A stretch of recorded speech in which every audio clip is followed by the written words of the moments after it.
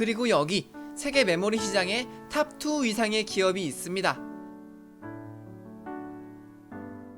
머신러닝, 빅데이터, AI, 자율주행, 응? 지금 막 요새 핫한 단어들 막 쏟아 나오고 있죠. 야, 이거 좀 말이 안 되는 것도 아니고 또 말이 되는 것도 아니고 좀 애매한 기분이 들긴 했는데 그 사람들이 맞았습니다. 2017년도부터 2년 동안 반도체는 슈퍼 호황기를 맞았고 그로부터 2년 뒤 2019년이 되니까 안녕하세요. 저는 컴퓨터의 잡 지식을 쉽게 설명해드리는 건이라고 합니다. 반갑습니다. 오늘은 메모리에 대해서 한번 얘기를 해보려고 합니다. 제가 저번제 D램 영상에서 사실 컴퓨터 시스템 중간에서 아주 중요한 역할을 하고 있는데 사람들은 잘 모르고 있었다. 그래서 램의 권익을 보호해줘야 된다 라고 말씀을 드렸죠. 그래서 이번 영상에서는 메모리와 관련된 얘기를 한번 더 해보려고 하는데, 이전 영상에서는 D램이 컴퓨터 안에서 무슨 일을 하는지 설명을 드렸다면은 이번 영상에서는 좀 한 발짝 물러나서 조금 더 큰 그림에서 보는 D램의 역할과 빠르게 발전하고 있는 현대 기술에서의 메모리 반도체의 중요성에 대해서 한번 얘기를 해보려고 합니다. 바로 가시죠. 렛츠고! 요즘 기술 발전이 빠른 것을 여러분도 혹시 느끼시나요? 저도 이 매일매일 신기술이 쏟아져 나오는 걸 보면서 이러다가 시대에 따라가지 못하고 아날로그적인 사람이 되는 것이 아닐까라는 걱정이 될 정도로 기술이 빠르게 발전을 하고 있어요. 4차 산업혁명이라고도 많이 하는데 머신러닝, 빅데이터, AI, 자율주행, 응? 이런 굵직굵직한 단어들이 최전방에서 다음 시대로의 도약을 이끌고 있죠. 근데 이런 기술들은 각각 별개의 기술이 아니라 다 4차 산업혁명이라는 큰 단어, 범주 안에서 같이 발전, 활용이 되고 있죠. 이 영상을 보시면은 이 냉장고가 AI 기술이 적용되어서 현재 부족한 재료들도 알려주고 단지 이렇게 터치만 슬며시 탁 하면은 자동으로 주문이 이루어지고 그 이후에 드론 하나가 출발을 해서 나의 발코니에 바로 배송이 되죠. 또 이 영상을 보시면은 일본의 료칸이라고 하는 곳인데 슬리퍼, 방석, 리모컨들이 사람들이 사용하고 난 뒤에 자동으로 자기의 원래 자리로 찾아가는 걸 보여주죠. 이 두 영상의 공통점은 드론,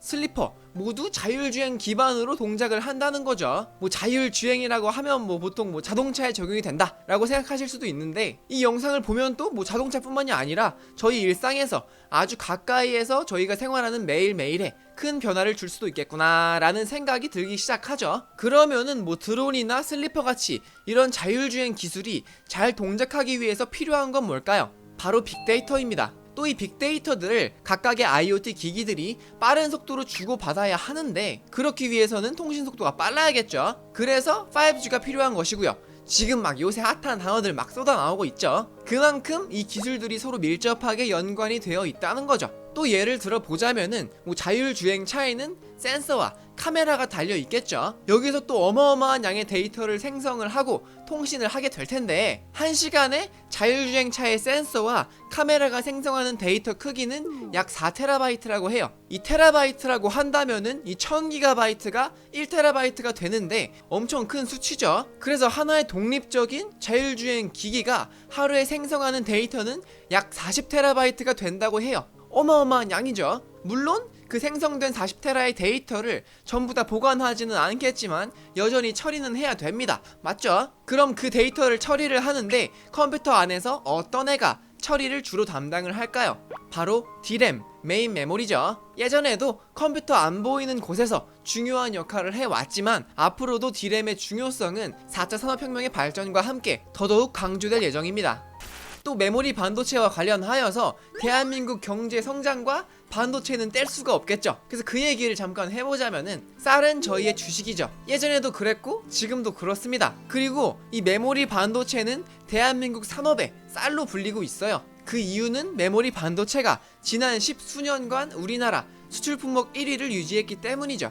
예전에는 조선업, 철강이 대한민국의 경제를 이끌어 왔다면은 2005년도부터는 그 다음 바통을 반도체가 이어받아가지고 한국의 경제를 오늘날까지 이끌어오는데 앞장을 서왔죠. 그리고 2019년도 오늘날에도 여전히 반도체가 우리나라 수출 품목 1위를 유지하고 있습니다. 특히 2017년도, 18년도 메모리 시장은 유례없는 슈퍼 호황기를 보냈기도 했죠. 2017년만 하더라도 메모리 반도체의 가격이 전년 대비 무려 37%가 상승을 하였고 매출이 60% 넘게 올랐다고도 하죠. 그 어마어마한 규모의 세계 시장에서 한국의 메모리 반도체 시장의 점유율은 60%를 구가했습니다. 이 차트를 살펴보시면은 이 D램 같은 경우는 전 세계 메모리 시장에서 72%의 점유율을 가지고 있었고, 낸드 플래시 같은 경우 약 49%가 한국이 차지하고 있었죠. 그야말로 세계에서 메모리 반도체는 한국에 적수가 없던 거죠. 그래서 분위기가 좋은 2017년도에 우리나라 사람들 여럿이 모여가지고 회의를 한 거죠.